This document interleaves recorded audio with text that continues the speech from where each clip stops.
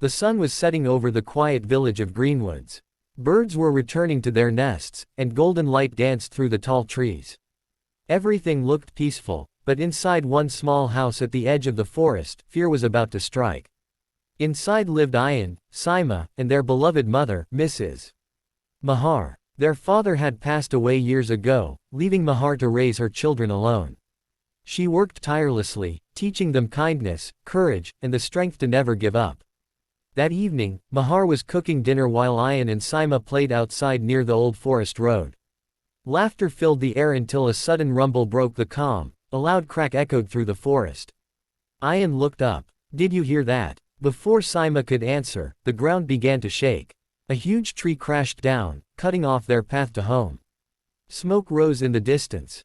Then, a terrible sound came from their house, the sound of flames. "Mother!" Saima screamed. Without thinking, Ayan sprinted toward the house. Flames licked at the windows, the air thick with smoke. Their small wooden home was burning.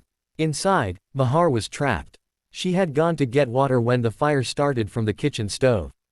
Now, fallen beams blocked her escape. Ayan grabbed a bucket of water and splashed it on the wall, but the flames were too strong. The neighbors shouted, "Call the fire department." But help was miles away. Ayan turned to his sister. "Saima, we can't wait. We have to save her." Saima's eyes filled with fear. "But the fire. She saved us 100 times," Ayan said. "It's our turn now." With courage burning brighter than the flames, Ayan covered his face with a wet cloth and dashed inside through the back door. Smoke stung his eyes, heat pressed against his skin. "Mother, where are you?" he shouted. A faint voice came from the living room. "Ayan, I'm here." He found her lying near the broken cupboard, her leg trapped under a heavy beam. "Hold on, Mom. I'll get you out." He tried to lift the beam, but it was too heavy. Saima ran in behind him, coughing but determined.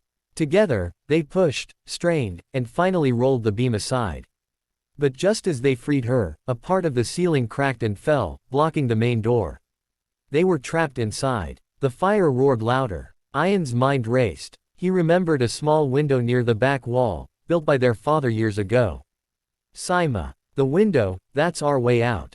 Saima nodded, helping their mother to her feet. The smoke was thick, Mahar could hardly breathe.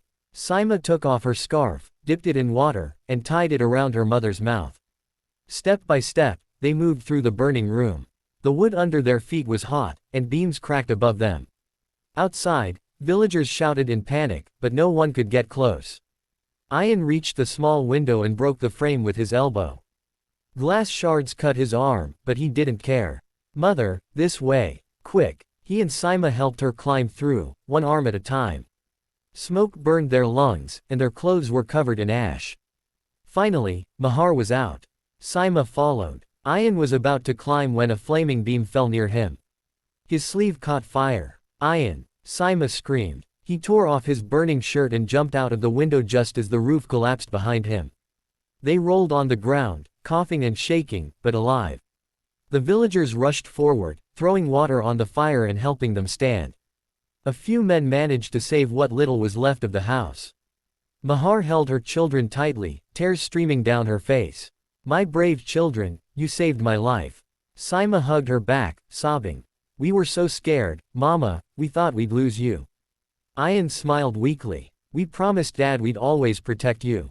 We meant it." The village head put a hand on Ayan's shoulder. "You two have hearts of lions. Today, you taught us all what real bravery looks like." The fire destroyed their home, but it couldn't destroy their spirit. Neighbors helped them rebuild, donating wood, tools, and food. Everyone was inspired by their courage. Even children in the village began calling them the brave heroes. Days later, a news reporter arrived after hearing the story. The village was small, but the story of two kids saving their mother spread quickly. The reporter asked, "Ayan, weren't you afraid?" Ayan looked thoughtful. "Yes, I was. But courage isn't about not being scared, it's about doing what's right, even when you are." Saima added softly, "Mother always says love makes you stronger than fear." That's what we remembered. Their bravery was broadcast across the region. The government offered them a reward, enough to rebuild their home and start a new life. Months later, their new house stood proudly where the old one once burned. Stronger, brighter, and full of hope. One evening, the three of them sat outside, watching the sunset, just like before the fire. Mahar looked at her children. That day, I thought everything was lost. But I realized something: the greatest home isn't made of wood or stone. It's made of love, courage, and family. Ayan nodded. We'll never forget that, Mom.